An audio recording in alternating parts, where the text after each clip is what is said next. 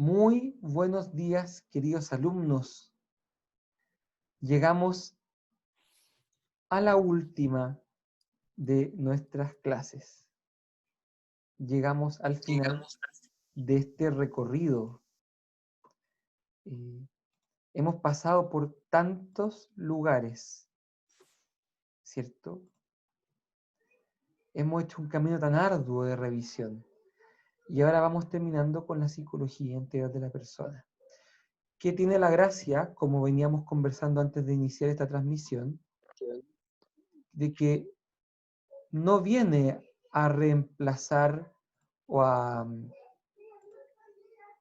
eliminar los otros abordajes, sino que, por el contrario, los viene a integrar, rescatando lo que tiene de verdadero y de cierto.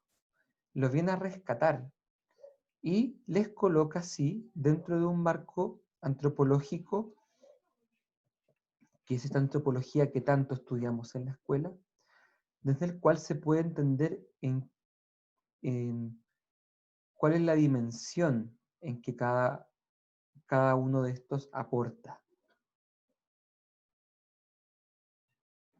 ¿Mm? Antes de que comenzaran las transmisiones, yo les comentaba que tal vez la clase anterior yo había sido un poco disperso y por lo tanto yo hoy día quería compartirles unos apuntes para tratar de ordenar un poquito el cuaderno de lo que conversamos la semana pasada. Entonces, aquí pueden, díganme si pueden ver el Word que estoy abriendo aquí. Sí, se ve. Entonces, hablábamos primero de los fundamentos antropológicos, ¿cierto? Y decíamos que eran tres los principales. La persona como sujeto de toda dignidad. 2. La unión de cuerpo y de alma como materia y forma, que es la doctrina ilemórfica de Aristóteles. Y 3. El ser humano que está llamado a formar parte de una comunidad de personas. Esto lo hablamos y lo explicamos, ¿cierto? Lo que les estoy mostrando hoy día es el punteo para tener una especie de orden. Segundo, fundamento psicológico. Abordamos este esquema de las dimensiones, de las facultades. Dijimos que hay tres dimensiones, ¿cierto? Vegetativa, sensitiva y racional. Aunque nos interesaremos mucho más por la sensitiva y por la racional. Dijimos que habían dos tipos de operaciones, las que son cognoscitivas y las que son apetitivas. Fruto de esta distinción surgen las cuatro grandes facultades, ¿cierto? Los sentidos, el apetito sensible, el entendimiento y la voluntad. Esto, entonces, el punto C lo podríamos decir las cuatro grandes facultades. Sentidos, apetito sensible, entendimiento y voluntad. Y esto es el fundamento psicológico. La semana pasada también profundicé cuando expliqué que hay un orden. La dimensión racional gobierna políticamente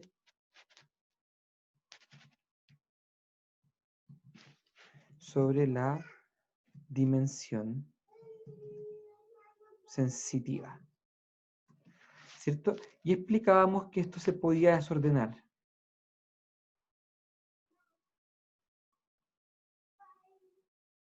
¿Se acuerdan?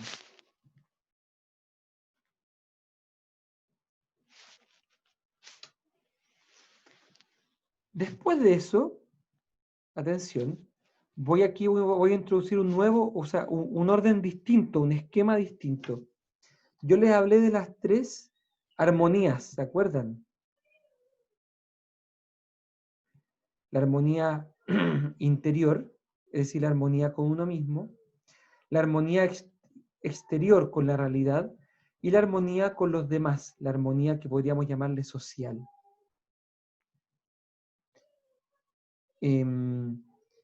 Estas tres las podemos poner en un fundamento, en una dimensión distinta a la psicológica.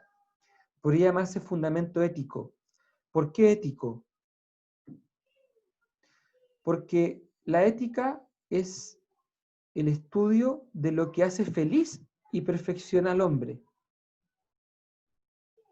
Y bueno, la psicología interna de la persona cree, considera que hay una dirección que perfecciona al ser humano. En cambio, hay muchas que lo deshumanizan. ¿Cuáles son estas direcciones? La armonía con uno mismo, la armonía con la realidad, que implica una actitud madura ante la realidad, y la armonía con los demás seres humanos, que implica también la capacidad de lograr amistades auténticas.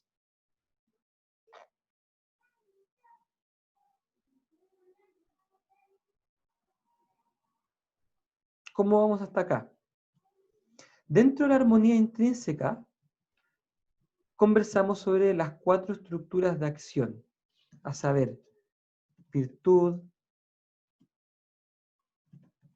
continencia, incontinencia y vicio.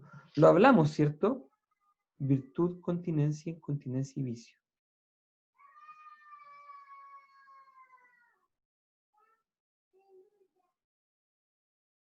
¿O no lo hablamos? Sí, lo hablamos.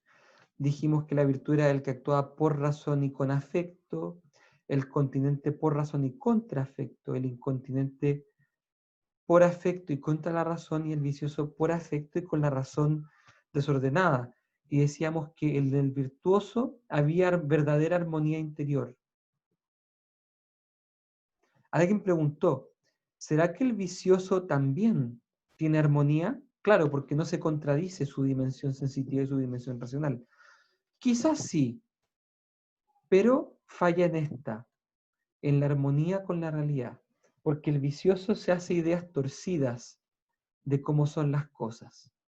¿Se acuerdan? Finalmente, y quizás aquí quedamos, está la armonía con los demás. El vicioso claramente tiene enemistad con los demás. Se enemista, se pone en contra, se deja llevar por sus pasiones. El virtuoso, en cambio, forja amistades auténticas, no solamente con los que piensan igual a él, sino también con el que piensa distinto. Esto es propio también de la madurez, saber relacionarse de manera natural con los que piensan distinto.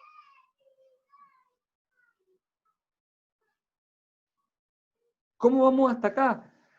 ¿Se entiende este orden que estoy mostrándoles?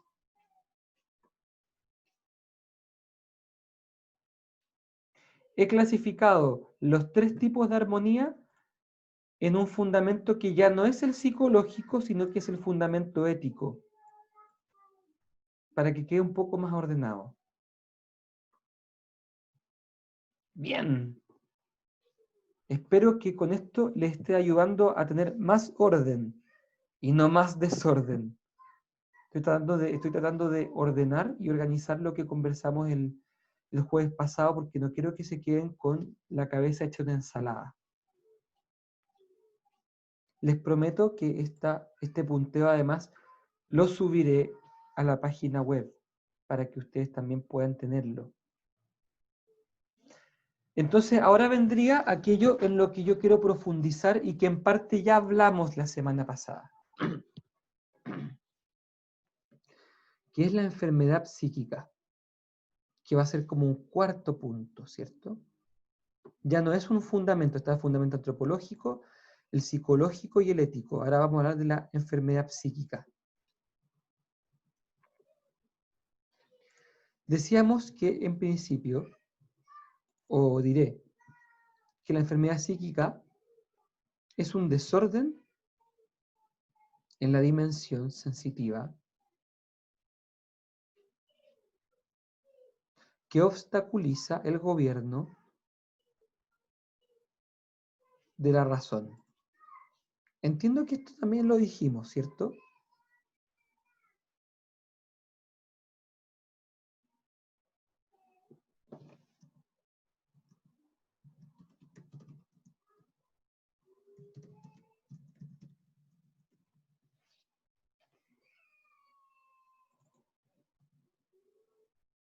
Ahí estaría.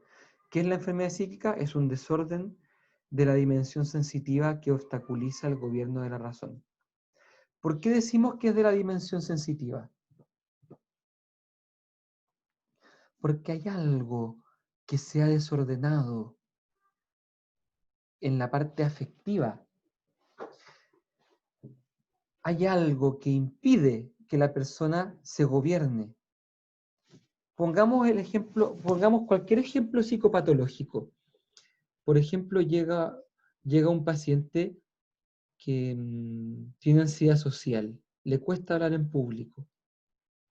Su razón que le dice que es natural hablar en público, que no debería pasar nada malo, que si uno se equivoca no debería considerarse como algo grave porque todos nos equivocamos, que si alguien me critica no debería ser grave porque es normal que nos critiquen y es normal que nosotros vayamos creciendo en la verdad gracias a las críticas.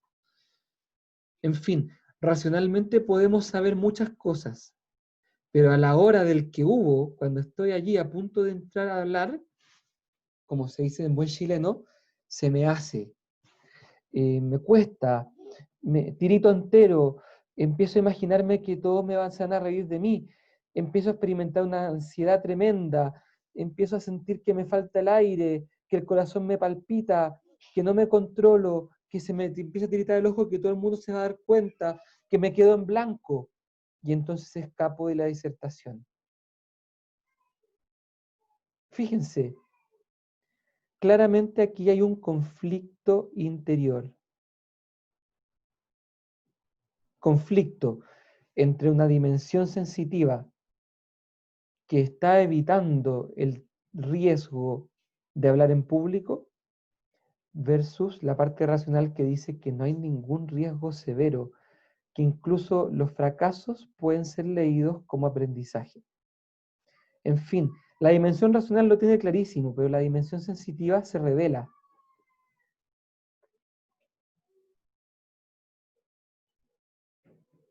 ¿Por qué se revela la dimensión sensitiva?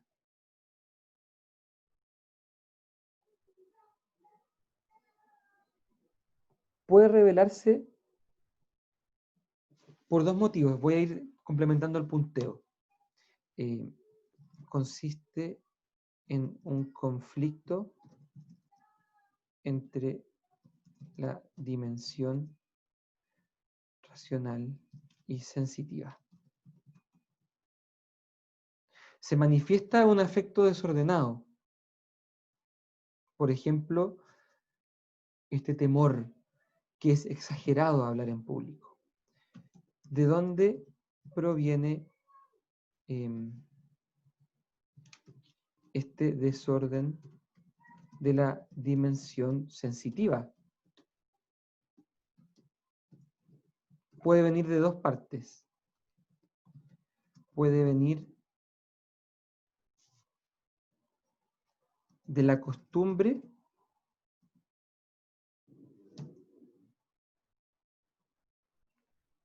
o del experimentum patológico.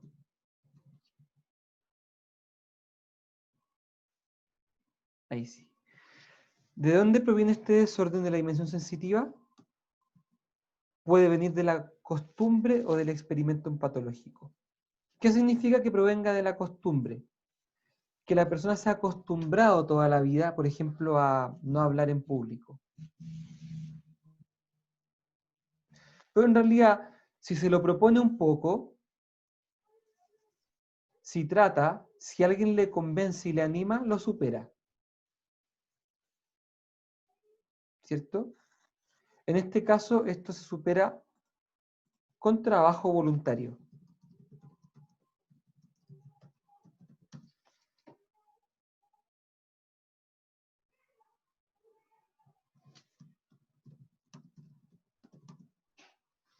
O bien proviene del experimentum patológico. ¿Qué es el experimentum patológico? Quizá tengamos que entender primero lo que es el experimentum. Entonces, ¿Qué es experimentum? ¿Qué es experimentum? O sea, hay que decir que es un juicio de la cogitativa que se apoya en experiencias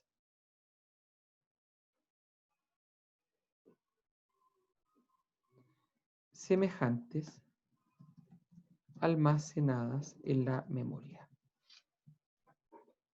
Eso es un experimento. Es un juicio de la cogitativa que se apoya en experiencias semejantes almacenadas en la memoria. Les pongo un ejemplo.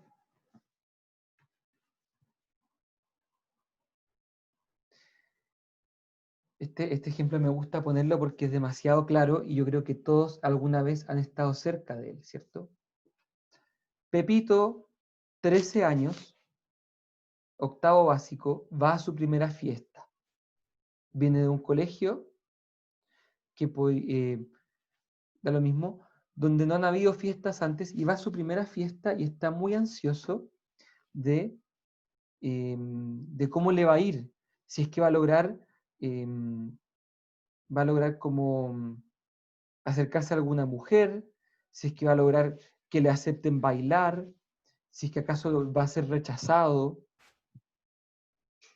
¿Me explico? Se va Pepito a la fiesta, va con todos sus amigos que también todos están igual de ansiosos por conocer a las mujeres, por bailar con mujeres, especialmente si es que vienen de colegios que son solo de hombres, por ejemplo. Entonces va a la fiesta Pepito, muerto de miedo, empieza a ver que están las mujeres bailando y trata de acercarse a una y le dice, bueno, obviamente muy inexperto, le dice alguna cosa así como, oye, ¿quieres bailar conmigo? Y la niña lo mira de arriba para abajo y le dice, es que estoy bailando con mi amiga. ¡Chan! Entonces Pepito sigue caminando, va donde otra chica y le dice, ¿bailamos? Y la chica le dice, lo mira de arriba para abajo y le dice, eh, es que tengo que ir al baño, perdona. Y se va al baño y él se queda ahí, ¿cierto? Y después va donde otra chica más y le dice, ¿quieres bailar conmigo? Y la chica lo mira de arriba para abajo y no le dice nada y sigue bailando con la amiga, ¿cierto? Tenemos tres experiencias, ¿cierto? Al hilo. Imaginemos que Pepito le pasa esto 3 fines de semana consecutivos. ¿Cuáles son los juicios que podría decir la cogitativa, que la cogitativa podría hacer de manera espontánea en base a estas 3 experiencias que son semejantes? Díganme ustedes.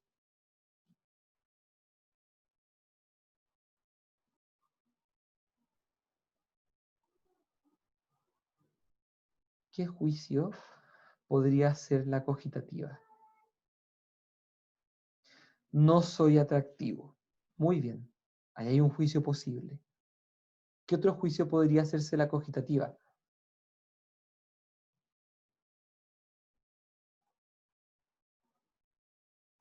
Muchos, ¿no? A ver, ¿qué se les ocurre? Vamos. Nadie me quiere, todos me odian. Muy bien, ¿qué otro más? Me vestí mal. Ah, me vestí mal sería demasiado realista. Probablemente él diría, me veo mal. Soy feo. Claro que sí, soy feo. Soy feo. No debí venir. Sigue siendo demasiado realista, quizás, pero la idea es que sean juicios estables. Por ejemplo, soy feo, nadie me quiere, no soy atractivo. Incluso puede ser como, no sirvo para esto, nunca seré aceptado, las mujeres están demasiado lejos para mí.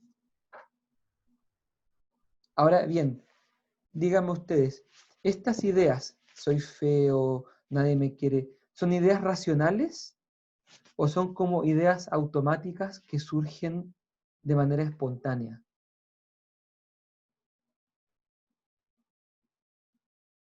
Son automáticas, ¿cierto?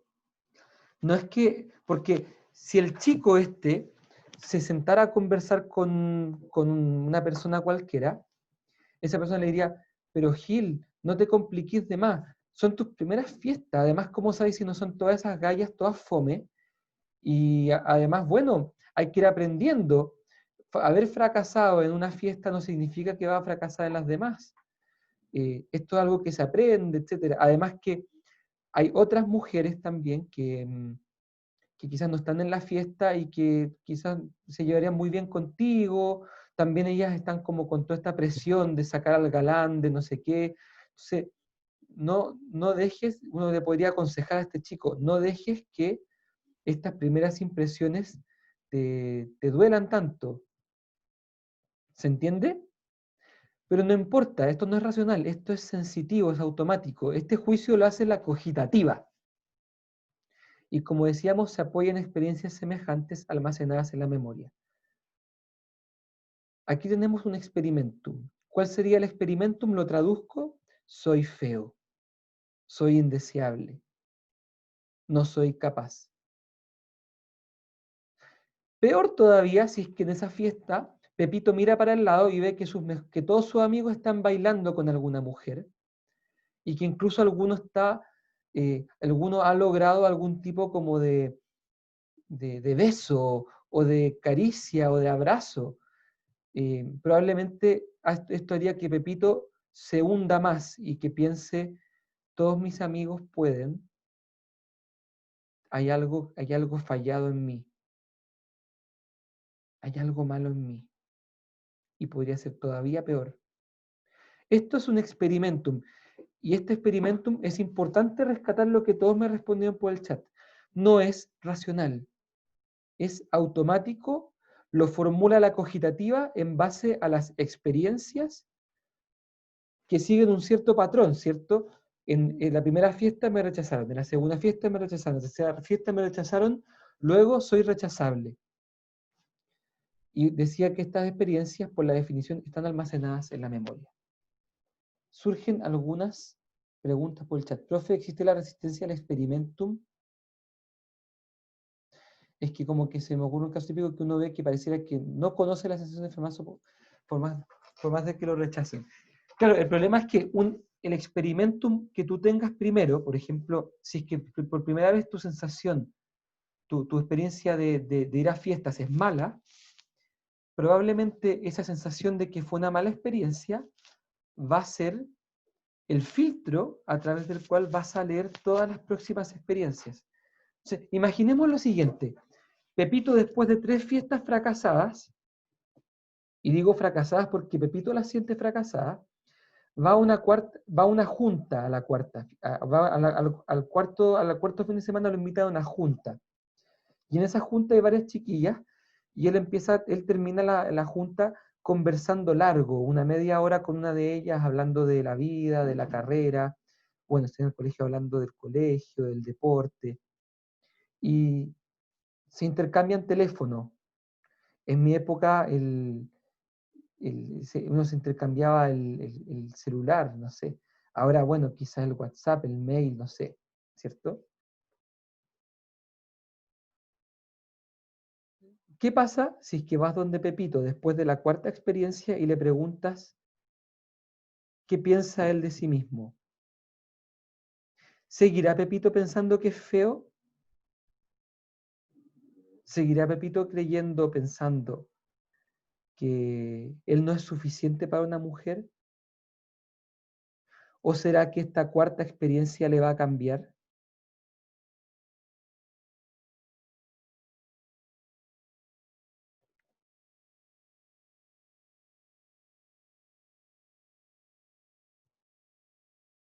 ¿Se entiende la pregunta? ¿Va a cambiar la imagen de sí mismo, Pepito? ¿Va a cambiar su autoestima? Porque al cuarto fin de semana tuvo esta media hora de conversación con una chiquilla y se intercambiaron teléfonos.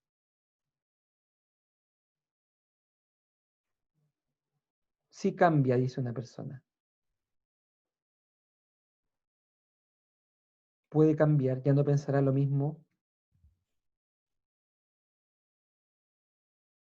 Creo que no. Quizás ni lo note o sienta que no fue un logro. Va por ahí. Les aseguro que los pacientes son como inmunes a las experiencias que contradicen sus experimentums. En pocas palabras, si el paciente se ha formado un experimentum ya, es muy difícil de que lo cambie. ¿Por qué? Porque todas las nuevas experiencias serán interpretadas a la luz de la experiencia original de rechazo. Entonces, ¿qué va a pasar? Que si tú le preguntas a Pepito sobre sí mismo, él te diría, yo soy feo, soy rechazable. Si tú le dices, pero si lograste hablar con esta chiquilla, probablemente te va a decir, bueno, lo que pasa es que ella es distinta. Ella, no sé, se dio, las cosas se dieron. No es que yo sea más atractivo, simplemente que se dio. Quizás esta niña estaba media parqueada y aburrida, se acercó a hablarme por pena. ¿Se entiende? Por lástima me está diciendo alguien por el chat. Eso mismo. Pero eso no es porque recordemos más las malas experiencias, eso es porque el experimentum primero va a ser como el filtro o el lente con el cual vamos a organizar las experiencias siguientes. ¿Se entiende? Por eso es que es cierto lo que dicen aquí algunos de ustedes en el chat. Quizás con repito, tendría que tener muchas experiencias positivas como para llegar a cuestionarse su experimentum. Tendría que, no sé, tener 10 fiestas en las que él saca a bailar mujeres y le va bien. 10. E incluso puede ser que después de esas 10, él siga inseguro y que él esté probándose en las fiestas porque en el fondo tiene una inseguridad radical de sí mismo. ¿Se dan cuenta lo importante que es el experimentum el experimentum primero? Y todo esto, atención, recalco, ocurre de manera espontánea, automática, sin que concurse la reflexión. Esto ocurre y nos ocurre a todos. Por ejemplo, con un profesor. Van a una clase con un profesor y si la primera clase fue buena, ustedes se van a disponer a que la segunda clase también sea buena. Y si la tercera no es muy buena, pero si las dos primeras fueron buenas, ustedes van a leerla como que la tercera también fue buena. ¿Por qué? Porque el experimentum inicial que tuvieron con el profesor va a determinar la manera en que leen las otras.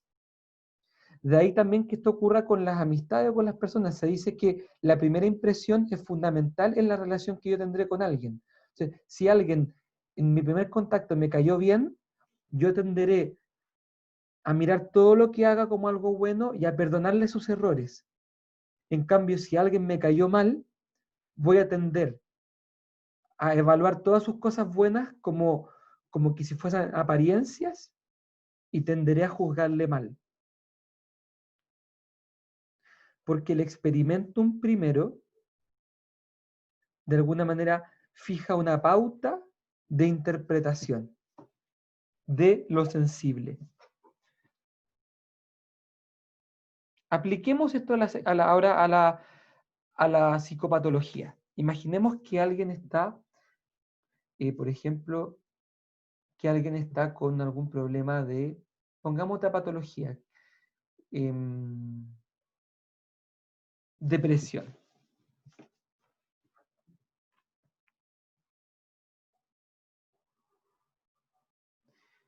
Posiblemente, si indagamos en la historia clínica del paciente, su depresión se base en en alguna autoimagen muy negativa. Por ejemplo, de sentirse que es poca cosa, de sentirse que no vale la pena o que la vida no vale la pena.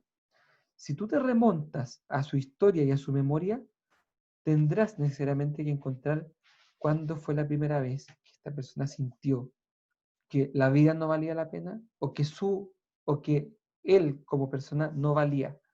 y vas a encontrar de que este juicio de la persona se basa en experiencias. Por ejemplo, estoy deprimido porque me patearon. A mí siempre me patean. Si en realidad, no sé, hay algo fallado en mí porque a mí siempre me patean, por ejemplo. Y quizás uno puede ir más atrás. Quizás la depresión se pueda fundar en una primera, digamos, en una primera experiencia de mal apego con los padres. A la luz del concepto de experimentum se entiende por qué es tan importante el apego seguro. ¿Se acuerdan que ustedes lo han visto en desarrollo esto? El apego seguro es predictor de buenos vínculos en el futuro. Y el apego inseguro incluso puede ser un antecedente de esquizofrenia. El apego desorganizado, quiero decir. ¿Y con eso qué quiero decir? Que esas primeras experiencias, incluso preverbales, incluso casi uno podría decir que antes de que la razón se exprese, van a marcar el experimentum de la persona para siempre. Ponen un ejemplo muy bueno también por el chat, la anorexia. Una persona que fue gorda y que la molestaron mucho, se hace el experimentum, por ejemplo, de que solamente va a ser querido o querida, porque la anorexia se da mucho más en las mujeres que en los varones, que solo seré querida si es que tengo un cuerpo delgado. Ahí está el experimentum. El experimentum es cuerpo delgado equivalente a felicidad y aceptación. ¿Se entiende?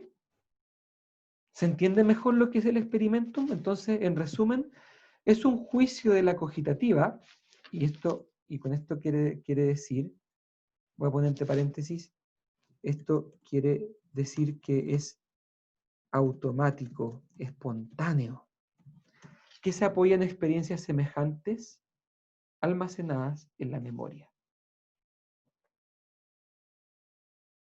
Entonces, para ser precisos, de atención, el experimentum lo formula la cogitativa. ¿Sí? Lo formula mirando las experiencias que están guardadas en la memoria, sí. Y luego que el juicio se formula, por ejemplo, soy feo, soy tonto o soy poco atractivo, ese juicio se va a almacenar en la memoria también. Es decir, el experimentum se forma gracias a memorias y después se va a almacenar como una memoria más.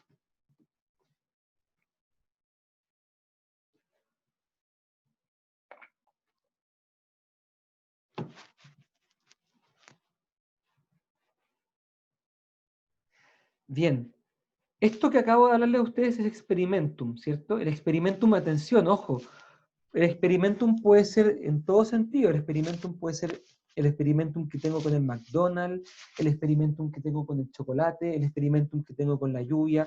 Tenemos experimentum de todo. A nosotros como psicólogos nos va a interesar el experimentum patológico. ¿Cuál es el experimentum patológico? Experimento patológico es aquel experimentum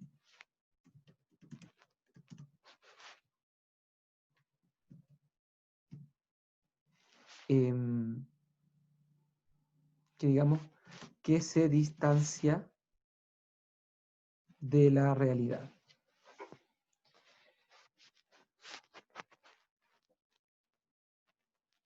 Profesor, una pregunta. Sí. Usted hasta ahora ha hablado de experiencias como que son como negativas para la persona o donde la persona siente, digamos, que el responsable o la culpa la tiene él, que hay algo malo en él. Pero ¿se da también en que piensen que lo malo está afuera, o sea, que la culpa es de otros, que no soy yo el problema, sino que es otro? ¿O no se llama experimentum en ese caso? En sentido amplio, experimentum puede ser cualquier juicio de la cogitativa que se gatilla en base a memorias semejantes. Pueden ser experimentum de sentir que los demás me atacan o de sentir que soy yo el responsable. puede ser de algo bueno, por ejemplo, el experimentum de ser querido. Pongamos otro caso. Pepito va a su primera fiesta y consigue una amiga. Pepito va a una segunda fiesta y consigue otra amiga. ¿Cuál va a ser su experimentum? Soy sociable, puedo tener amigas, soy atractivo, etcétera, ¿cierto? Eso también es un experimentum.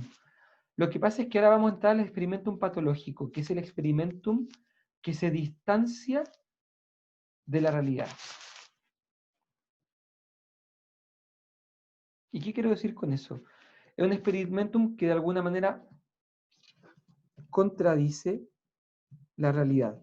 Por ejemplo, el experimentum de creer que soy el mejor del mundo, el experimentum de creer que todos me odian, el experimentum de creer que soy poco valioso. Si es que uno los examina con detención, nadie es el mejor del mundo, nadie es poco valioso. Otra cosa es que la gente no sepa valorarte, pero todos somos por naturaleza valiosos. ¿Se entiende por qué entonces un experimentum puede ser patológico? Porque contradice o se distancia de la realidad.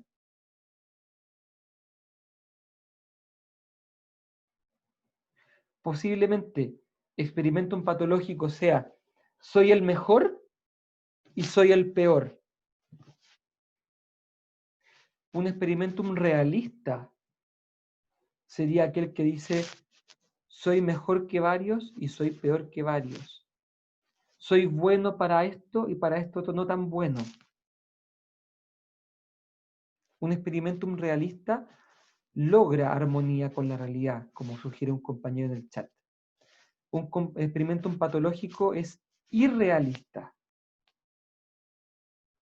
del estilo nadie me va a querer, todas las mujeres son malas, todos los hombres son violadores, todos, todos los papás son ausentes, todas las madres son histéricas, todos los profesores son egocéntricos, todos los empresarios son malos, todos los izquierdistas son buenos, todos los derechistas son buenos, todos estos que son como todo o nada, suelen ser experimentum patológicos, porque no tienen los matices de la realidad. En la realidad tiene matices. En la realidad nos damos cuenta que hay gente buena de derecha y de izquierda y que hay gente mala de derecha y de izquierda. Nos damos cuenta que hay papás que son malos y papás que son buenos. Nos damos cuenta que hay mamás que son buenas y que son malas. Nos damos cuenta que hay hombres que son violadores y hay hombres que no son violadores. Nos damos cuenta que hay mujeres que son malas y mujeres que son buenas.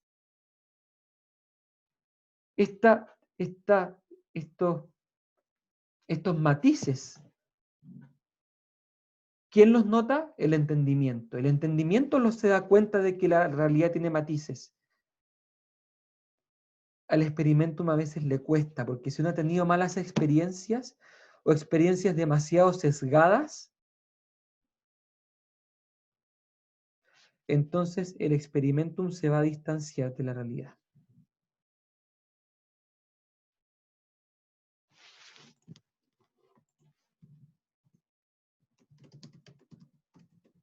¿Se entiende?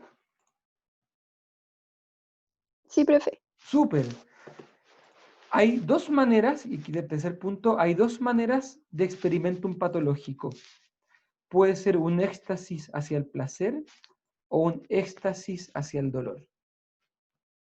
Hasta ahora yo solamente he puesto ejemplos de experimentos patológicos hacia el dolor, como por ejemplo el experimentum de sentirse poco valioso, de sentirse feo, de ser rechazado.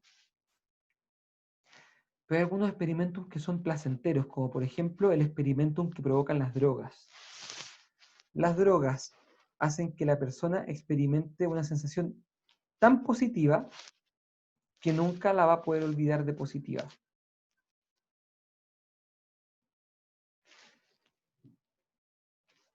O lo que le pasa a algunas personas con la pornografía, con la adicción sexual, con la ludopatía, que es tal la experiencia positiva de haber hecho una apuesta y de haber ganado, de haber encontrado una imagen pornográfica que le dio una gratificación tan grande, de haber consumido una sustancia que le llevó a tal nivel de placer, que entonces se puede formar un experimento patológico de signo positivo. Como por ejemplo, solo la droga me hace feliz.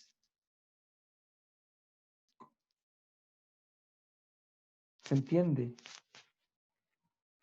O también lo que le podría pasar a alguien que lo han felicitado demasiado, que todo el mundo le dice, ay, es que tú eres tan linda, ay, es que tú eres tan linda, ay, es que tú eres tan linda. Claro, la persona se va haciendo una idea de que es como una especie de diosa, y en realidad no hay diosa.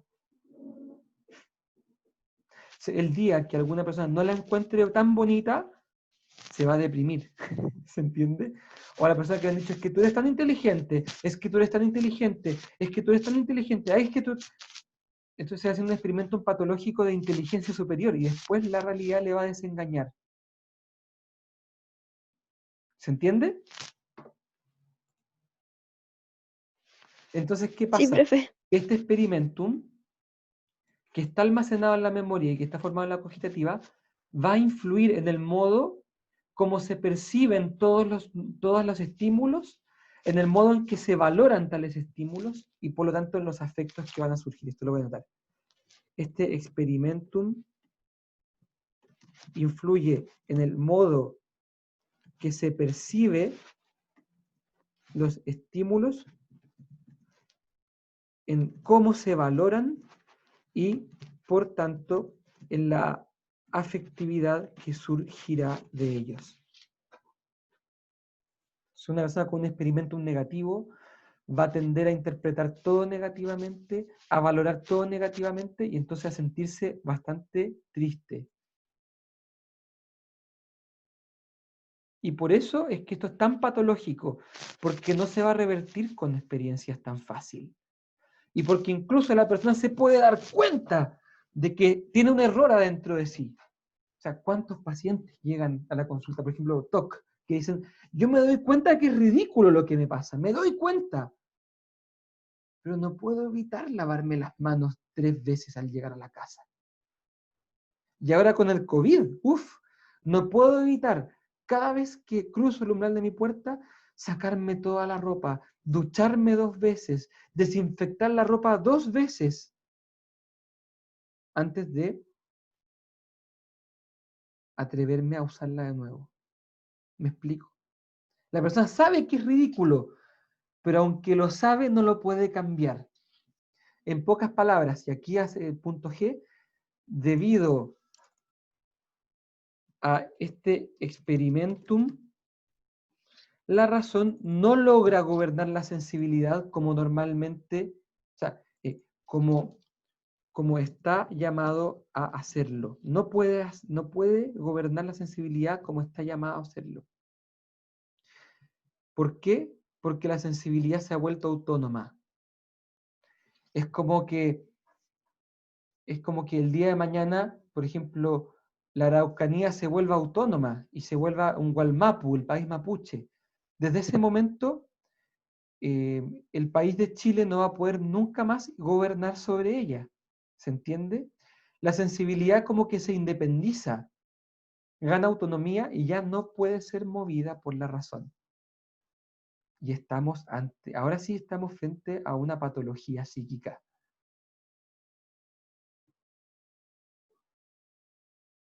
¿Cómo vamos hasta acá? ¿Cómo vamos hasta acá?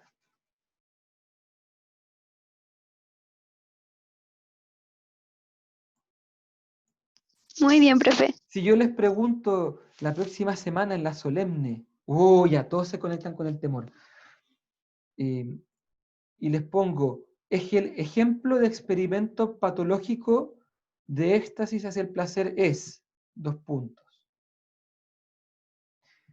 Sentirme rechazado por varias pololas. B, que me vaya mal, en una prueba. Tercero, me comí algo rico. Cuarto, me dijeron muchas veces que era superdotado. ¿Cuál de esos 4 podría ser experimentum patológico de éxtasis hacia el placer? El último, porque no basta con uno, ¿cierto? No basta con que una vez comí un sándwich y lo encontré rico. Para que yo forme un experimentum, por ejemplo, de que el McDonald's es rico, tengo que ir varias veces y comprobarlo, ¿cierto? Entonces, sí, el último sería. Quizás lo redacté mal, porque efectivamente algunas personas sí pueden ser superdotadas. El problema no es ese, el problema es que la persona se considere superior al resto.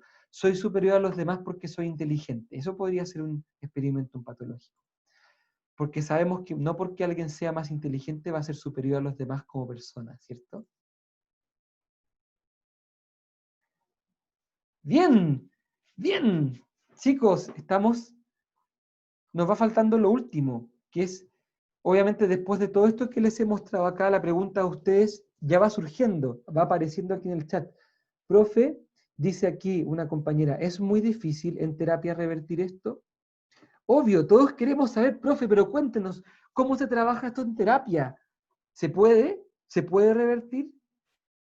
En pocas palabras, todo esto que hasta aquí les he explicado, ¿qué repercusiones tiene a la hora de la psicoterapia? ¿Quieren saberlo? ¿Están desesperados por saberlo? Se le hace agua a la boca. Alumnos, vamos a hacer una pausa. Los voy a dejar metidos, ¿cierto? Vamos a hacer una pausita aquí, voy a pausar la grabación, reanudada.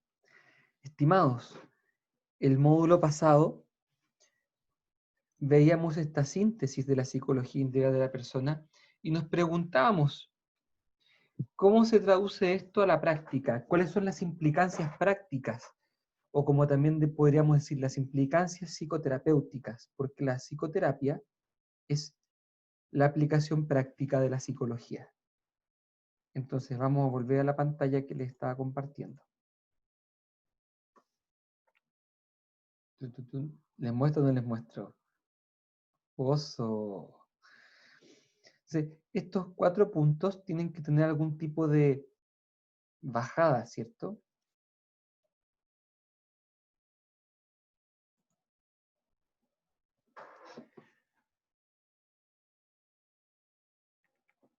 Entonces, obviamente que lo que planteábamos como fundamento antropológico se traduce en que nosotros como psicólogos tenemos que respetar y honrar la dignidad del paciente.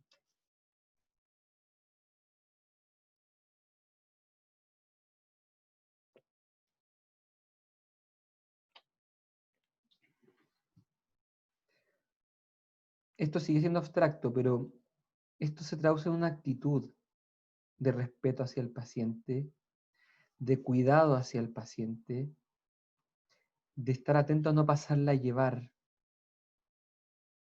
de no desear ideologizarle.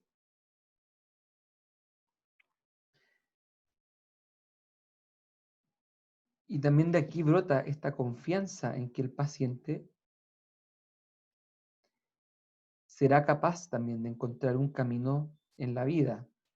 Y yo soy solamente quien le ayuda, no soy el que le da esa dirección al paciente. Segundo punto. Ya que la psicología integral de la persona ve al paciente como un compuesto de alma y cuerpo que se relacionan entre sí como forma y materia, no solamente nos interesa el aspecto psicológico del paciente, ya hablamos, perdón, no lo he hablado acá, nos interesa el aspecto racional, ¿cierto? Y también nos interesa el aspecto vegetativo, y también nos interesa el cuerpo, de manera que si preguntándole al paciente notamos que hay algún tema físico, le derivamos al psiquiatra. O le mandamos a hacerse exámenes, por ejemplo, para ver el tema de la tiroides. En pocas palabras, nos va a interesar el paciente todo. Si bien lo propio del psicólogo tiene que ver con remover los obstáculos de la dimensión sensitiva, el psicólogo se interesa por la persona completa del paciente, lo que significa que le consideran alma y cuerpo, le consideran interioridad y encorporeidad.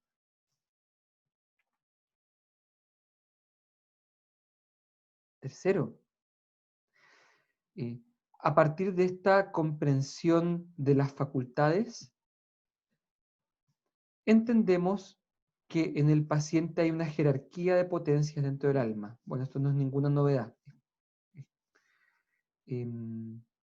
La única diferencia es que tomamos en cuenta esto a la hora, por ejemplo, de hacer un diagnóstico del paciente.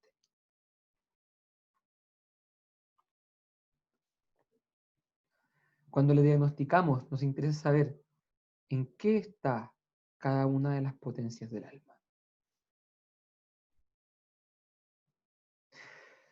Del fundamento ético que yo mencioné arriba, estas tres armonías, ¿se acuerdan? El interior con la realidad y con los demás, surge también esta vocación de unidad, de realidad y de amistad,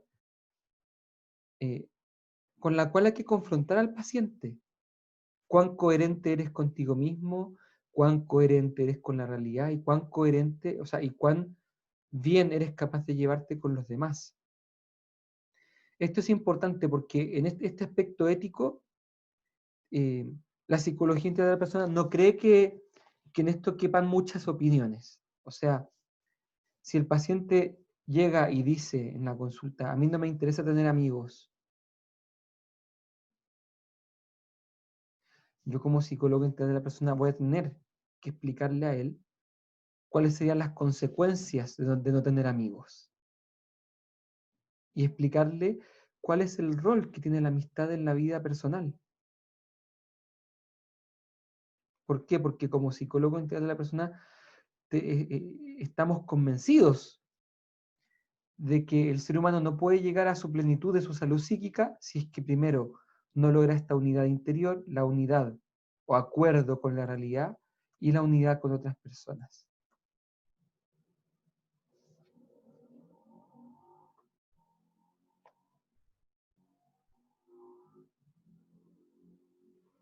Quinto punto. El psicólogo integral de la persona va a diagnosticar cuáles son los afectos desordenados y va a buscar cuál es el experimentum patológico que lo origina. El ejemplo que poníamos antes. Imaginemos que Pepito ya tiene 20 años y llega a la consulta. El mismo Pepito que lo rechazaban. Entonces él dice, mira, que vengo a consultar porque noto que tengo una inseguridad con las mujeres. Noto que como que me tupo entero, me chupo entero, y cuando estoy con alguna de ellas, incluso alguna que quizás se nota que me quiere y todo, como que yo me trago entero y como que las cosas no fluyen, ¿cierto? Entonces, ¿qué vamos a hacer con Pepito? ¿Cuál es el afecto desordenado allí? El temor, el miedo, ¿cierto? El miedo a ser rechazado. ¿Cuál sería el experimento patológico que originó ese miedo? Las fiestas de octavo básico. Estoy simplificando mucho porque llegar a esto no es tan fácil, pero básicamente en todos los casos podemos redirigir el afecto desordenado del paciente a un conjunto de malas experiencias que le han generado un experimento patológico que no es tan fácil de remover.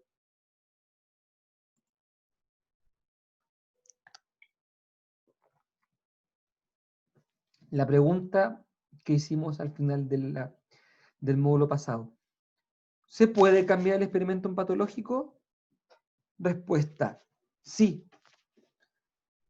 Pero atención, el experimento patológico no se soluciona simplemente con conversarlo y que le parezca evidente a la vista. Voy a poner aquí. El experimentum patológico no se sana simplemente con la comprensión racional. Porque como hemos visto, hay mucha gente que entiende su problema, incluso sabe de dónde viene y no por eso mejora. es necesario modificar la disposición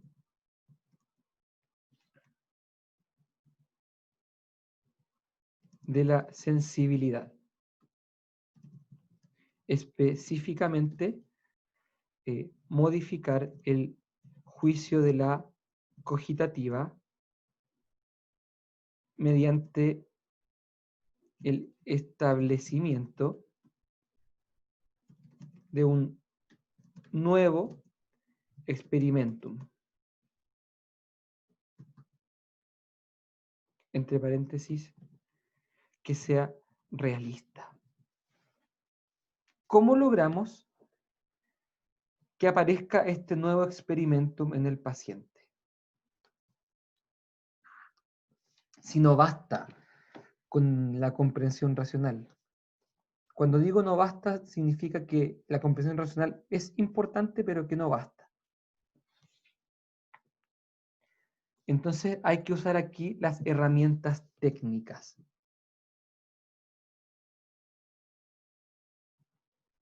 Hay que usar técnicas que permitan que el paciente acceda a un nuevo experimento. Y técnicas hay muchas. Lo importante es entenderlas y saber usarlas. Por ejemplo, una técnica es la comprensión convincente.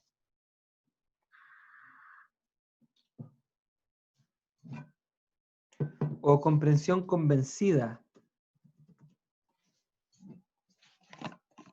Como cuando uno no solamente sabe ya que, por ejemplo, uno ya ha entendido que no hay problema en hablar en público o en que me critiquen. Eso uno lo ha comprendido, pero otra cosa es que uno lo comprenda con tal fuerza, con tal luminosidad, que uno diga, mañana voy a hacer la charla. Mañana voy a hablar. Todos hemos experimentado esto, que a veces logramos como tal convicción en algunos asuntos que nos disponemos de manera distinta a hacerlo. Esto puede provenir de una conversación, puede provenir de una conversación, de la lectura de un libro, de una película, de algún evento inesperado o de la reflexión. Pueden ir de muchas maneras. ¿Me explico? Por ejemplo, alguien que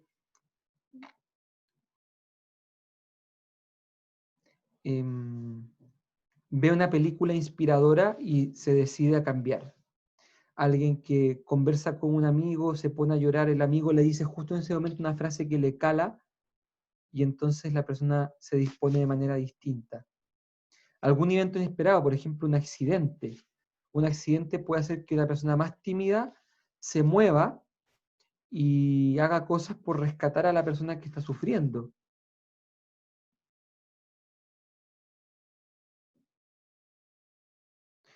A veces el sufrimiento, voy a poner aquí, a veces el sufrimiento es una experiencia que hace que la gente mejore.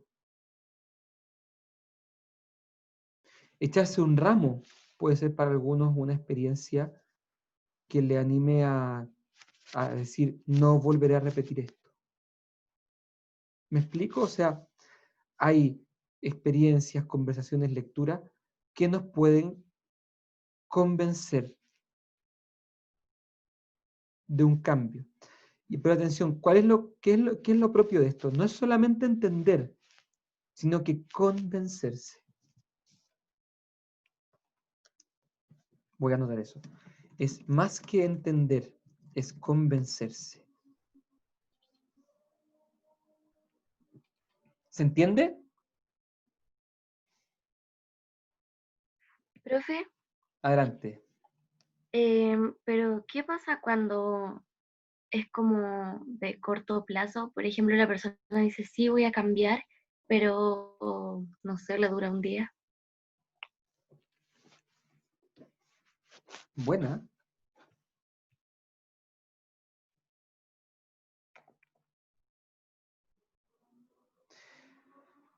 Bueno, si le dura un día va a volver a su manera anterior de ser. Quizás va a necesitar varias películas para cambiar.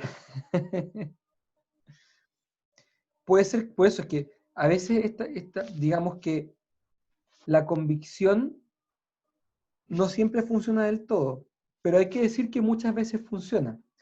Hay que ponerla porque, por ejemplo, en el psicoanálisis se pone mucho énfasis en la importancia de que el paciente entienda, por ejemplo, haga consciente lo inconsciente.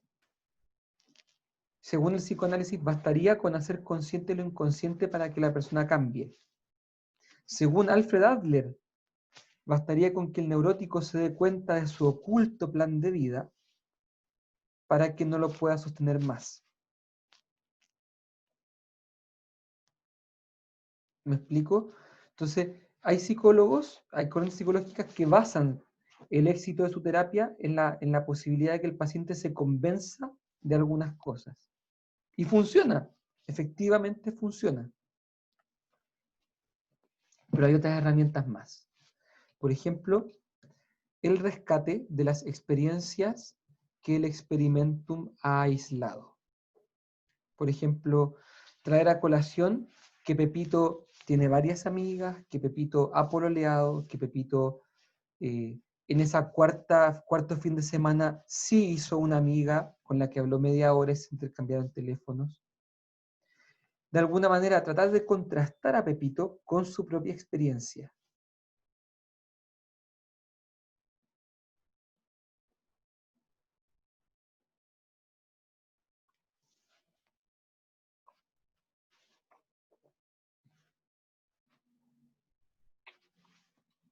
¿Se entiende el punto?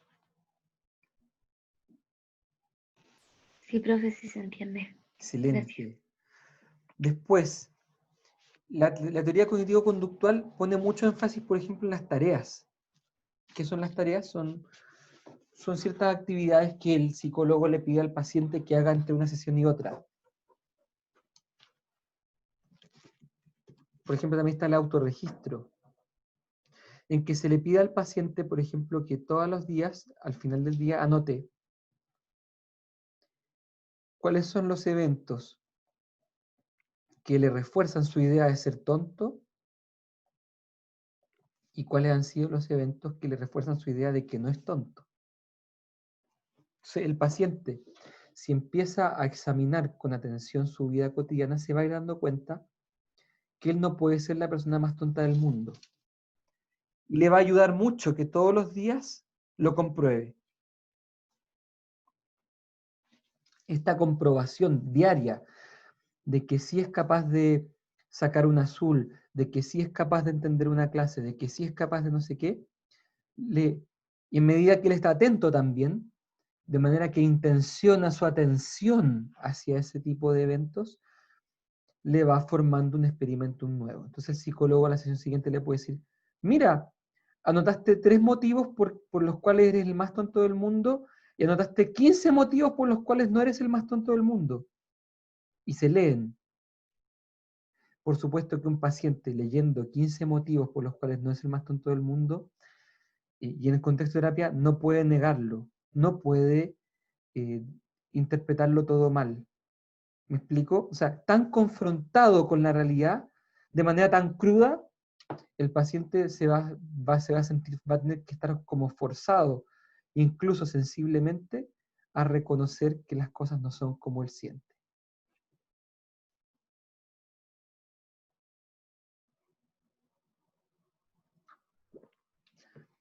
Esto es parecido, lo voy a poner aquí con la desensibilización sistemática. Ubican lo que es, ¿cierto?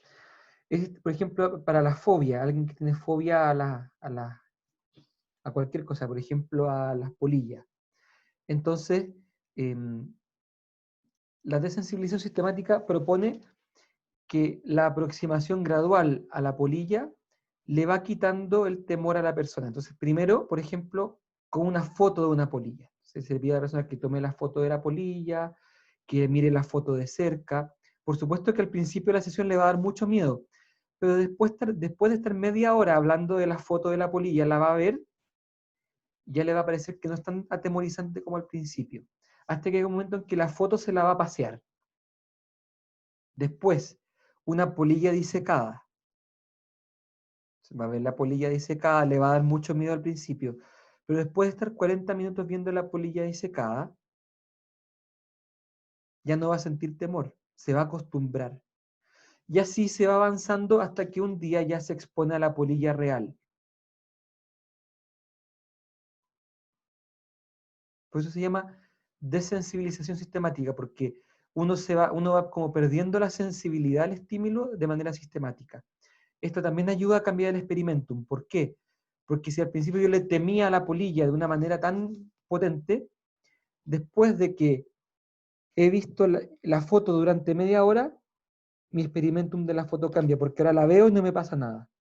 La veo y no me pasa nada. La veo y no me pasa nada. Ha cambiado el experimentum. Está bueno. Me preguntan por el chat por la técnica de sensibilización sistemática, si acaso es recomendable en personas con problemas cardíacos. Habría que ver caso a caso, estimado. Habría que ver caso a caso. ¿Qué pasa si el paciente quiere un experimento más de los psicólogos? Por ejemplo, varias experiencias fracasadas. No sirven para nada, están todos locos. Uf. Primero va a ser difícil que esa persona quiera ir al psicólogo. Ahora, si va al psicólogo, el psicólogo va a tener que tratarle muy bien para que la persona se vaya haciendo la idea de que la psicología sirve. Me ha tocado a mí algunos casos de pacientes que llegan diciendo, he pasado por varios psicólogos y no creo en esto de la psicología, pero me dijeron que tenía que venir a ti. Y bueno, etcétera. Y que ha llegado gente a mi consulta, y me ha tocado todo, desde gente que después de venir 2 o 3 veces, después misteriosamente nunca más llegan, significa que no les serví, y otros que después de un tiempo me han dicho, yo no sabía que esto era la psicología, si hubiera sabido hubiera venido antes, por ejemplo. Eso significa que hay un cambio en el experimento, ¿cierto? Pero es complicado, ¿cierto? Es buena la pregunta. ¿Qué otra técnica puede servir para cambiar el experimento patológico? El uso de la imaginación. Y esto de muchas maneras. La imaginación es muy bonito porque la imaginación te permite tener experiencias en modo real y cualquier tipo de experiencia con solo imaginarlo. Es como ver una película a tu medida. Entonces, por ejemplo, una persona que es tímida puede imaginarse que va a dar una charla y que lo hace bien. Se trabaja mucho, por ejemplo, y aquí les comparto una experiencia muy bonita. Hay personas que, por ejemplo, han experimentado desde chicas el experimentum de no ser queribles. O más grave, de no haber sido contemplados como personas, de no haberse sentido como dignos de ser vistos. Esto, por supuesto, que tiene que ver con un apego inseguro, ¿cierto? Entonces, imaginan un niño que nunca se sintió valioso porque nunca nadie se detuvo a mirarle y a decirle, tú eres valioso a mis ojos. ¿Se entiende? Entonces, de repente es muy difícil encontrar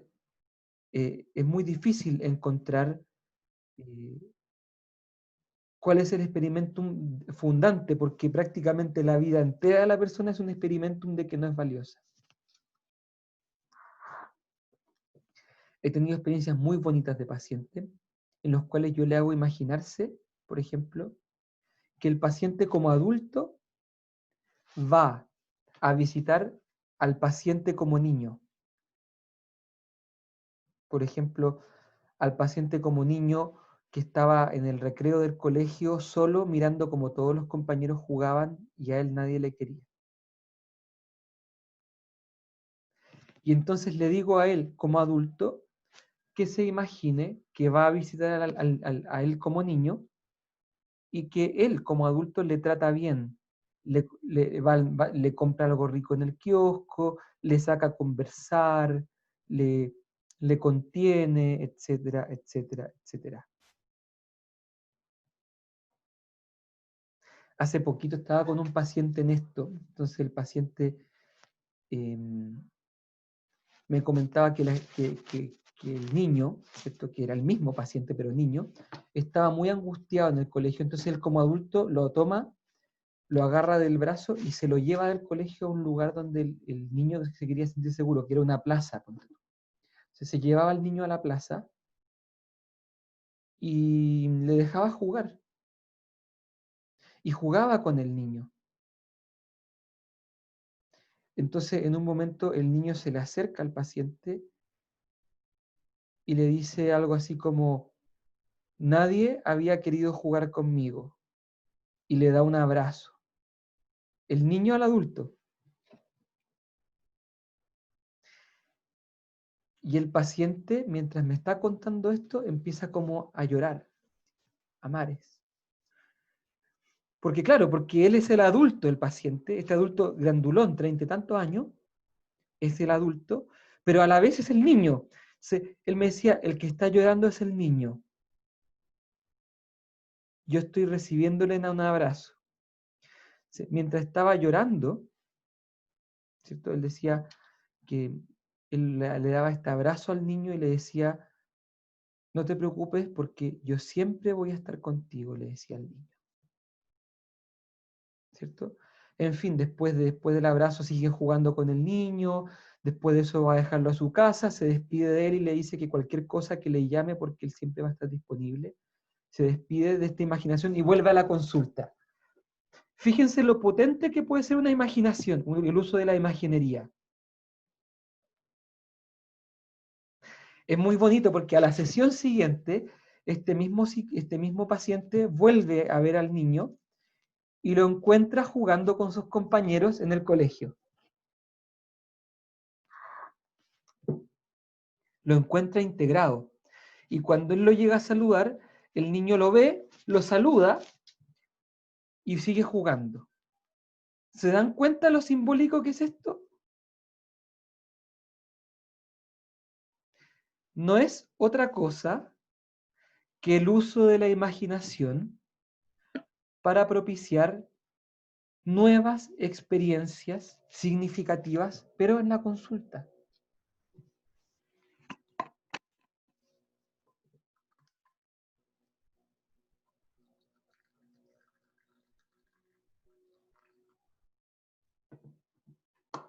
Esto es muy potente. Yo sé que hay películas de esto, yo también he leído libros de esto, pero en verdad, cuando uno hace este ejercicio, pasan cosas increíbles. Bueno, se los dejo ahí. Esta es otra herramienta que permite cambiar Experimentum y de una manera muy maravillosa. Está el role-playing también. Yo aquí estoy haciendo como una especie de punteo de posibilidades, ¿eh? No es que yo les vaya a preguntar en la prueba cuáles son las 10 herramientas, ¿cierto? No se las voy a preguntar así. El role-playing, ¿qué es? Es jugar a los roles. Entonces yo, por ejemplo, con los pacientes tímidos, yo le digo, por ejemplo, que voy a salir, entonces estamos trabajando sobre cómo hacer amigos, cómo meterle conversa a alguien. Entonces el paciente tímido no sabe cómo hacerlo. Entonces, después de que vemos alguna estrategia y le enseño algunas cosas, yo le digo, voy a salir de la consulta y voy a entrar haciendo como que no te conozco y me tienes que meter conversa.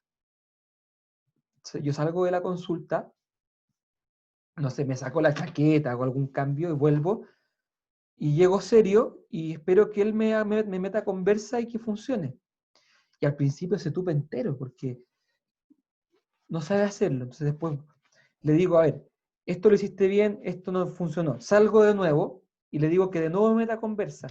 Y lo hacemos varias veces hasta que ya como a la cuarta o quinta vez que me mete conversa lo hace súper bien. ¿Qué es esto? experiencias reales de meter conversa en un contexto de juego. Los psicólogos que trabajan con niños lo hacen todo el tiempo. En vez de decirle al niño, por ejemplo, que es valioso, ¿cómo lo hacen los psicólogos infantiles? Juegan con figuritas en las cuales hay que rescatar a alguien que está atrapado.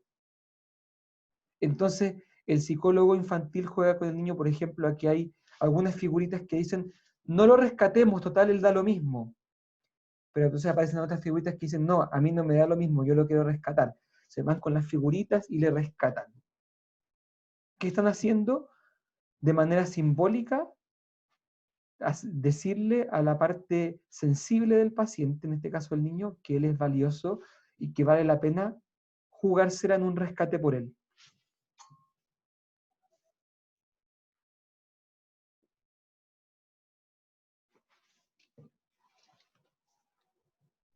Intención paradojal o intención paradójica es una técnica que describe Viktor Frankl y que consiste en pedir exactamente lo contrario. Es paradojal porque parece ridícula. Por ejemplo, llega algún paciente con problemas de sueño, no puedo dormir. Entonces, normalmente el psicólogo le puede preguntar, bueno, ¿y qué has tratado de hacer? He tratado de tomar las pastillas, he tratado de ver películas para quedarme dormido, he tratado de leer, he tratado de no hacer nada, me he acostado temprano, nada me resulta. Entonces el psicólogo le podría decir, ¿has tratado de no dormir? ¿Cómo si yo quiero dormir? ¿Pero has tratado de no dormir? No, nunca he tratado eso. Bueno, a partir de hoy día te prohíbo quedarte dormido. Es paradojal. Entonces la idea es que el paciente trate de no dormirse. Y como suele pasar, ¿en qué se basa esto, por ejemplo? Que suele pasar que uno mientras más trata de dormirse, más ansioso se pone por dormirse. Y mientras más ansioso se pone, más despierto está. Y mientras menos funciona dormirse, más crece la ansiedad, más crece la actividad del sistema simpático, que es el sistema de activación. Entonces la persona menos se duerme. Por el contrario, tratar de no dormirse quita las ansiedades y permite que la persona se relaje y finalmente se quede dormida contra su voluntad. ¿Se entendió?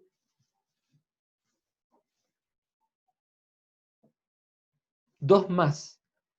EMDR y terapia simbólica. El EMDR es una técnica terapéutica maravillosa. Se las voy a decir en dos palabras porque no tengo todo el tiempo de explicárselas, pero básicamente dice que las personas pueden sanar de sus experiencias negativas moviendo los ojos de un lado para otro. OMG, profesor, escuché bien, moviendo los ojos alguien puede sanar. Yes, it is. Es una técnica novedosa que tiene apenas 30 años y que algún día se las explicaré. Por esas cosas de la vida, esta es la técnica que yo más utilizo. Es muy, muy, muy interesante. Pero básicamente la persona revisita sus experiencias negativas mientras en sesión la persona mueve los ojos de un lado para otro, de manera que se genera una suerte de atención dual. La persona tiene un pie puesto en el pasado, en la experiencia negativa, y un pie puesto en el presente, moviendo los ojos. Y esto permite que la persona pueda darle una connotación nueva a las memorias del pasado. No entraremos en más detalles porque no resulta por tiempo. Pero esto es muy interesante y feliz un día, si se organizan, yo les puedo dar una charla sobre el tema. Finalmente está la terapia simbólica, muy bonita también, que consiste en pedir al paciente que se relaje y después eso se imagine en ciertos escenarios simbólicos, como por ejemplo en una casa en la cual tiene que ir al sótano y decir qué es lo que va apareciendo en el sótano. O que se imagine subiendo un cerro y que diga qué es lo que le impide subir el cerro, etcétera, etcétera. La gracia es que la persona misma interpreta qué es lo que significa el cerro, qué es lo que significa el sótano, qué es lo que significa que en el sótano haya aparecido una araña o que haya aparecido un baúl que no puede abrir, etcétera, etcétera, etcétera. Es muy bonita también. ¿Se fijan que la psicología integral de la persona en este punto no es creativa? O sea, digamos, no es innovadora. Fíjense que todas estas experiencias, todas estas terapias que he puesto acá, ninguna es nueva. Ninguna proviene de la psicología integral de la persona. Pero como la psicología integral de la persona, como les dije, tiene una vocación integral, lo que hace es que las recibe, las interpreta a su modo y las utiliza en su provecho. Dicho de otra manera, la psicología integral de la persona no tiene este complejo de que tiene que ser novedosa. No, toma lo que ya sirve, pero ojo, lo analiza en profundidad, entiende por qué sirve y luego de eso lo aplica con prudencia. Entonces, por ejemplo, un cognitivo conductual diría, hay que usar solamente esto. Un logoterapeuta diría, solo esto. Un MDRista diría, solo esto. Un psicoanalista diría, solo esto. El psicólogo integral de la persona dice, cualquiera, usemos todo esto en medida que sirva y que haga sentido con el diagnóstico que hemos hecho del paciente.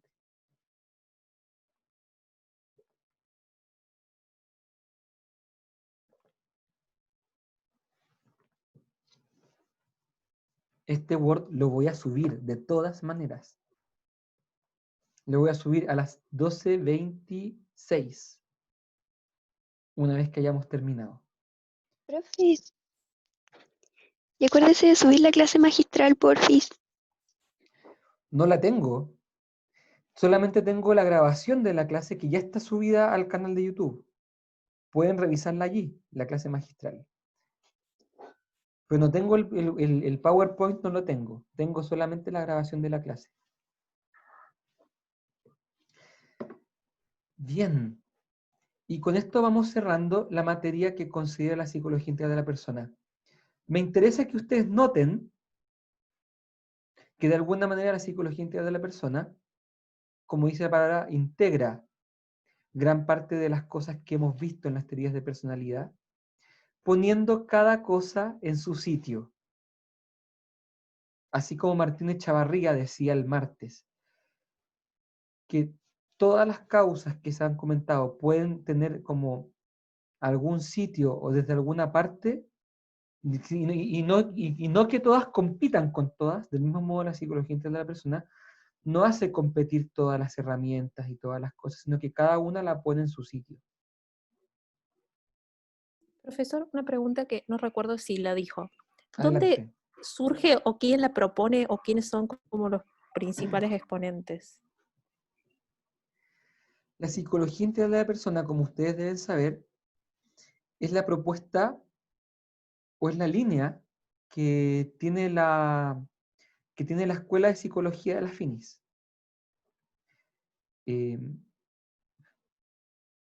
Podríamos decir que todo el programa de la Escuela de Psicología está orientado según esta metodología o esta línea. Por eso es que ustedes tienen ramos filosóficos, antropológicos y psicológicos. Por eso es que también ven ustedes de todas las teorías. Sí, pero la pregunta era más enfocada a Sí. que si esta ¿Qué es es la idea de una persona o es como el Yo diría que grupo, digamos. yo diría que Martínez Chavarría es uno de los pioneros. Es, por así decir, el primero que llegó al nuevo continente y lo delimitó.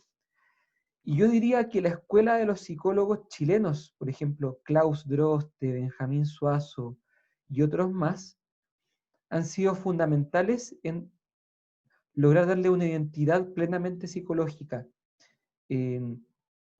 Tenemos aquí, y está muy ligado a la FINIS, una asociación de psicología integral de la persona que se llama APSIP.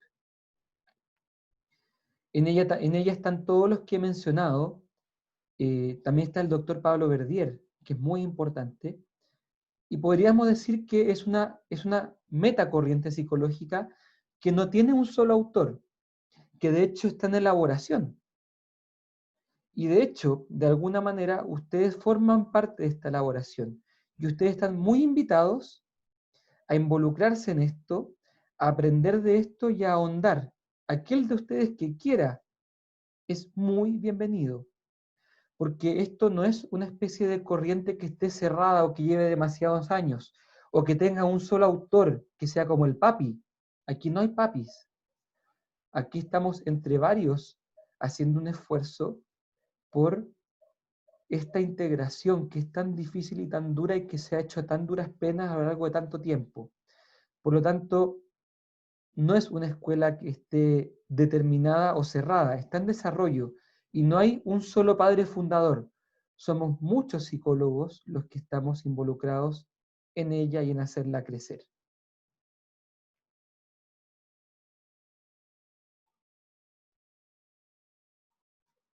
Eso es.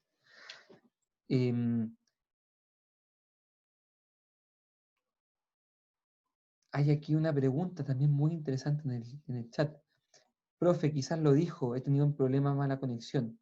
Como psicólogos, ¿cuál es nuestro rol en pos de hacer efectivas las técnicas? Digo, ¿qué actitud es ideal para hacer propicio que la disposición del paciente, por ejemplo, sea adecuada? Y linda la pregunta porque de alguna manera estamos hablando ya de cómo es la relación terapéutica según la psicología integral de la persona. Permítame 2 palabritas para que demos un cierre después a la asignatura, porque ya son las 12 y nos van quedando 25 minutos y nos vamos a empezar a despedir. Bien, ¿qué dice la psicología integral de la persona sobre la relación terapéutica? Voy a ponerlo aquí. Vamos a agregar aquí. Relación terapéutica. 1. Se define como un vínculo de amor. ¡Ay, qué tierno, profe! No hablo de... no necesariamente es tan tierno. Cuando hablamos de amor entendiendo que es amor de benevolencia. ¿Qué es el amor de benevolencia? Lo vamos a estudiar el próximo semestre en afectividad humana. No es el amor del sentimiento o del sentir muchas cosas, sino que es la actitud de buscar el bien del otro. ¿Cierto? Vamos a poner actitud de buscar el bien del otro. Sí, es tierno, pero es más profundo que tierno. Hay que decir que el terapeuta debe amar con benevolencia al paciente. Esto quiere decir que el terapeuta, ante todo, tiene que tener una actitud con el paciente de buscar su bien, pues es tanto una persona digna que no puede ser tratada sino con esa dignidad. Y a esa dignidad de la persona solamente se le puede corresponder con amor.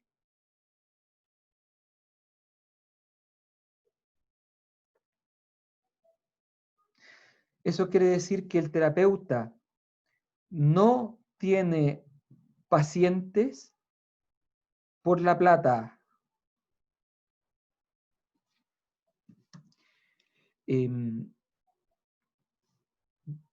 O sea, y aquí es importante el tema, porque todos, me imagino que muchos de ustedes quieren ser psicólogos también para mantener su familia, para poder subsistir, y esto es importante. Entonces, vamos a poner aquí un complemento a esto. Esto no significa que el terapeuta no esté interesado en su remuneración,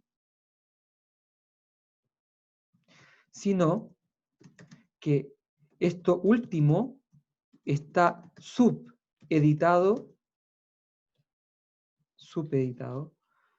al bien del paciente. ¿Qué quiere decir esto?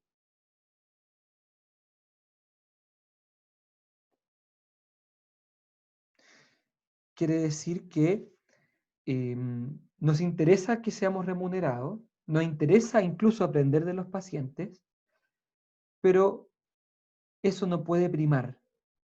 Lo que prima, lo que es más grande, es el deseo verdadero de hacerle bien al paciente. En concreto, ¿qué significa esto, profesor? ¿Significa que tengo que recibir a todos los pacientes aunque ninguno me pueda pagar? es que si haces eso, te vas a morir de hambre y no vas a poder atender a ninguno más. Es importante que te paguen, pero eso no es la condición. El día de mañana, por ejemplo, a mí me ha tocado que algún paciente pierde su trabajo y no me puede seguir pagando. ¿Qué le voy a decir? Que entonces suspendemos la terapia hasta que consiga pega. ¿No sería esto hacerle sentir al paciente que en realidad yo siempre estuve interesado en su dinero y que ese interés que yo le parecía darle era solamente una pantalla? Claro que sí. Entonces, a estos pacientes a mí me ha tocado decirle, mira, mientras no tengas pega, ¿cuánto es lo que tú me podrías pagar? Y uno llega a un acuerdo con el paciente. He tenido la experiencia bonita de que muchos pacientes, cuando les empieza a ir mejor, de estos pacientes que no me pueden pagar el valor de la consulta completo, que después de un tiempo, cuando les empieza a ir mejor, me dicen, ¿sabes qué, Juan Pablo? Quiero empezar a pagarte más. OMG, ¿en serio? Sí. Sí, porque en realidad ahora sí tengo cómo pagarte y me gustaría pagar el valor que tú normalmente cobras, por ejemplo. En este tipo de detalles se ve que en realidad el interés del terapeuta no es lo que el terapeuta recibe del paciente, sino que es el bien del paciente. ¿Se entiende? Y esto, por supuesto, que es muy exigente, porque no todas las personas son capaces de amar con benevolencia. Amar con benevolencia significa que uno es libre, significa que uno es capaz de postergar el interés propio por el bien del otro. Y eso implica que uno tiene una cierta madurez o que uno ha crecido como persona para lograr amar con benevolencia.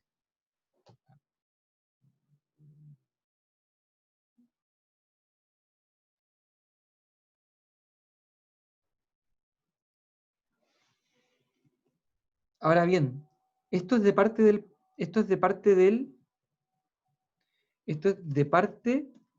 del terapeuta.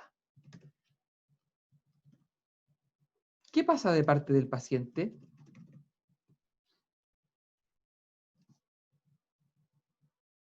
¿Tiene que amar con benevolencia al terapeuta? ¿O tiene que amarlo con interés? Con concupiscencia, como se llama.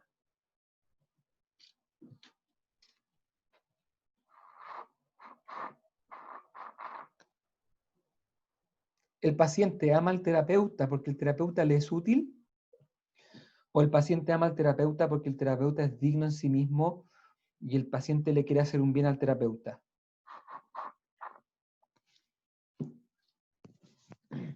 ¿Qué dicen?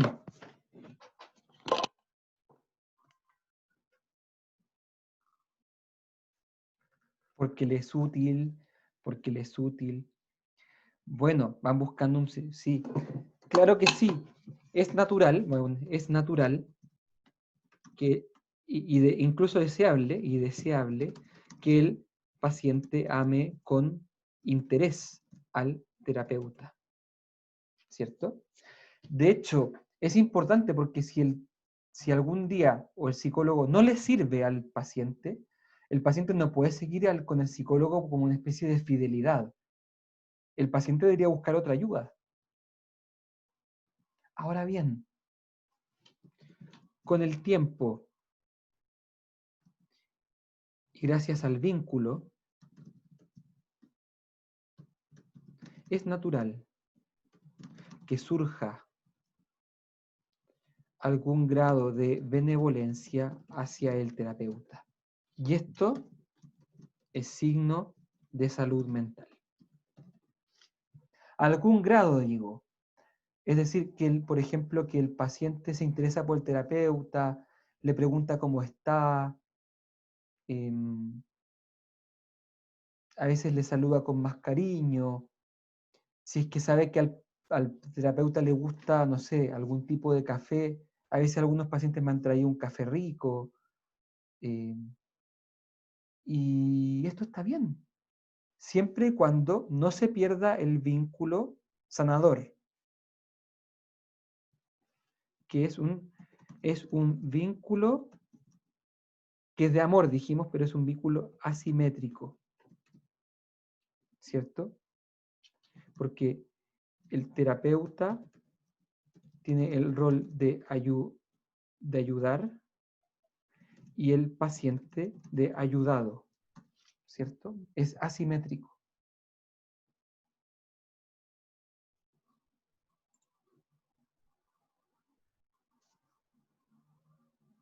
Preguntan por el chat, ¿y si se enamora del terapeuta? Bueno, primera pregunta, el enamoramiento, este enamoramiento que puede sentir un paciente, ¿es amor de benevolencia o de concupiscencia? ¿Qué dicen?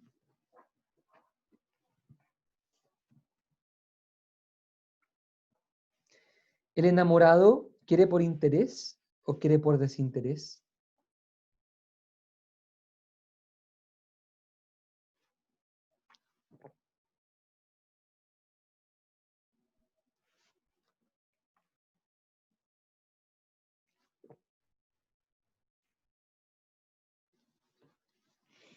Miren, es una pregunta difícil. El próximo semestre en afectividad humana la vamos a responder con profundidad, porque da para hablar 1 hora de esto. Pero así a la rápida, como para que no se queden con la espina pasada, el enamoramiento normalmente consiste más en un interés que en un desinterés. Normalmente. Es más un amor interesado que un amor desinteresado. Pero no quiero que profundicemos esto porque podemos estar 1 hora hablando de esto. Y yo quiero ahora poder despedirme bien de ustedes. Así que vamos a dejar este tema para el próximo semestre. ¿eh? Ahí vamos a hablar mucho del enamoramiento, del amor de benevolencia, el de concupiscencia, etc. Para terminar, la relación terapéutica, 2 cosas. Se define como un vínculo de amor y 2, es un vínculo asimétrico.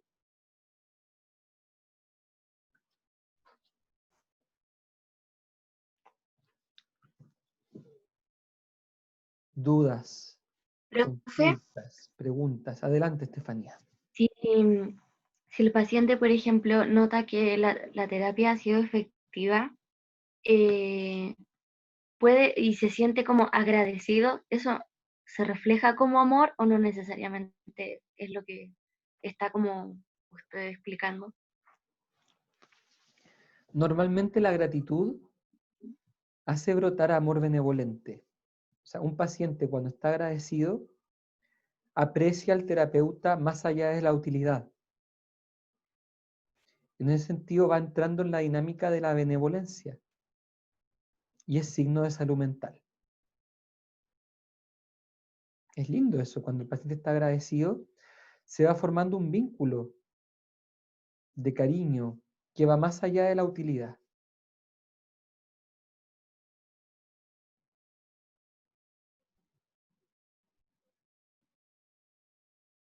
Más dudas, consultas, comentarios, sugerencias.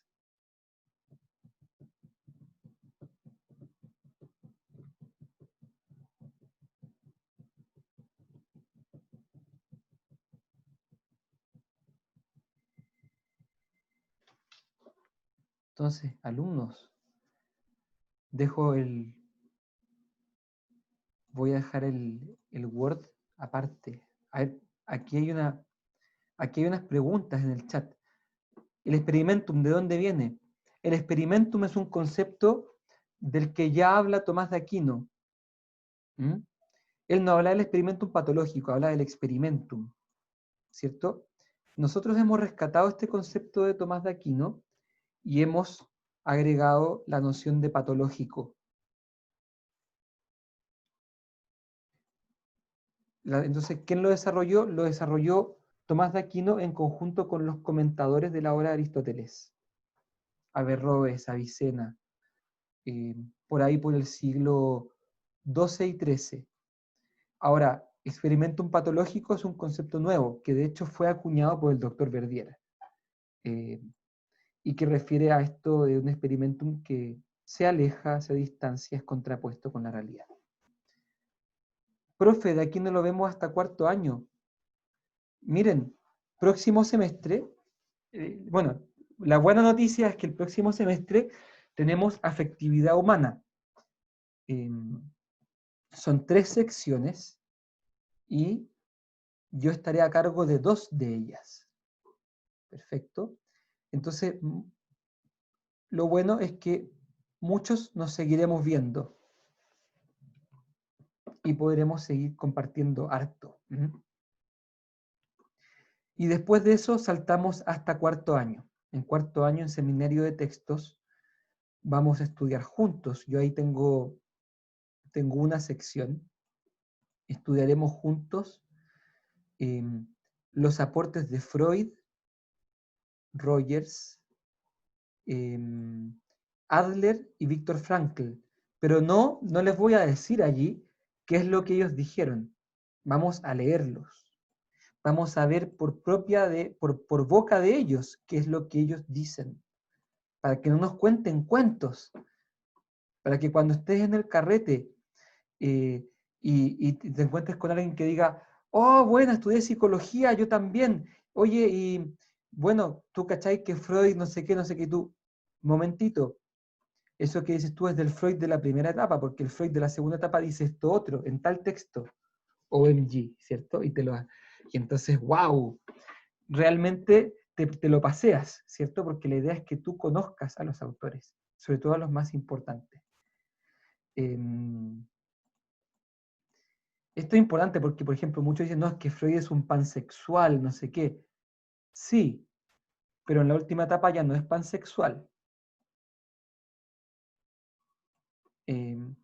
Como vimos, ¿se acuerdan que lo vimos en este año? Que además de pansexual, después además creía él creía que la persona tenía este instinto de muerte, la persona tenía una tendencia a morir, a volver al polvo. En fin, es importante conocer a los autores y conocerlos de sus fuentes. Estimados, vamos llegando al fin de la asignatura. Nos quedan 10 minutos y me gustaría mucho que me compartieran sus impresiones. Voy a dejar de grabar aquí.